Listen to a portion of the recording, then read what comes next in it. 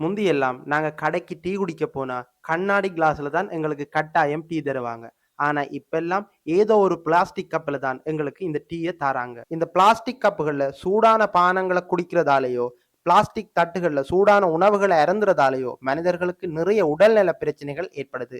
அப்படி எவ்வாறான உடல்நல பிரச்சனைகள் ஏற்படுதுன்னு சொல்லித்தான் நாங்க இன்னைக்கு இந்த காணொளியில பார்க்க போறோம். அதுக்கு முன்னாடி நீங்க இப்பதான் முதலா இந்த சேனல பார்க்குறீங்கன்னு சொன்னா, மறக்காம சப்ஸ்கிரைப் பண்ணிட்டு, அப்படியே பெல் பட்டனையும் பிரஸ் பண்ணுங்க. அப்பதான் நான் போடக்கூடிய அடுத்தடுத்த காணொளிகளோட நோட்டிஃபிகேஷன் உங்களுக்கு கிடைக்கும்.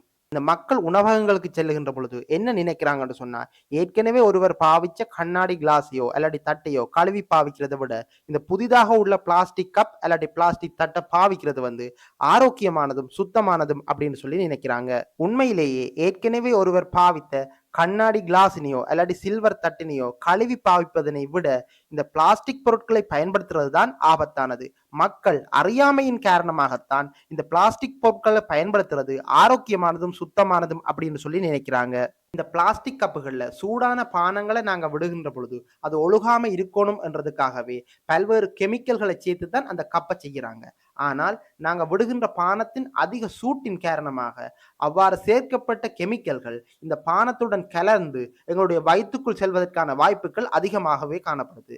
இப்படியான கப்புகளை நாங்க பயன்படுத்தி தொடர்ச்சியாக பானங்களை அருந்தி கொண்டு வரைக்க எங்களுடைய வயிற்றில பல்வேறு பிரச்சனைகள் ஏற்படலாம். அது மட்டும் இல்லாம தொடர்ச்சியாக இந்த பிளாஸ்டிக் கப்புகள்ல சூடான பானங்களை அருந்தி கொண்டு வர்றார்கள் என்ற யூரின்ல 95% கொடிய கெமிக்கல்கள் இருக்குன்னு சொல்லி மருத்துவ ஆராய்ச்சிகள் மூலம் கண்டறிஞ்சிருக்கிறாங்க. முக்கியமாக இந்த கர்ப்பமான பெண்கள் இந்த பிளாஸ்டிக் பொருட்களை பயன்படுத்தி சூடான பானங்களையோ உணவுகளையோ உள்ளடக்கிக்கல அது வயிற்றில உள்ள குழந்தையையும் பாதிக்கும் அப்படின்னு சொல்லி கண்டறிஞ்சிருக்கிறாங்க. இந்த பிளாஸ்டிக்கை பயன்படுத்தி சூடான பொருட்களை நாங்கள் தொடர்ந்து உள்ளெடுத்து கொண்டு வரைக்க அது மூளையை சோர்வடைய செய்யும். அது மட்டும் இல்லாம டயபெட்டிக், மார்பக புற்றுநோய், பருவமடைகிறதுல சிக்கல், மலட்டுத்தன்மை, ஆண்மை சுரப்பு புற்றுநோய் போன்ற பல்வேறு நோய்களை எங்களோட உடல்ல ஏற்படுத்துறதுக்கான வாய்ப்புகள் இருக்குன்னு சொல்லி சொல்றாங்க. மக்கள் இந்த பிளாஸ்டிக்கின் தீமைகளை அறியாமலேயே இந்த பிளாஸ்டிக் கப்புகள்ல சூடான பானங்களை குடிக்கிறாங்க.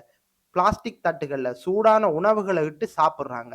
இதெல்லாம் பல்வேறு நோய்களை மனிதன் உடல்ல ஏற்படுத்தும். அது மட்டும் இல்லாம இப்ப ஃபங்க்ஷன்ஸ்லயும் சரி, ஆபீஸ் பார்ட்டிகள்லயும் சரி, இந்த பிளாஸ்டிக் பொருட்களின் பயன்பாடு மிகவும் அதிகமாகவே வந்துட்டது.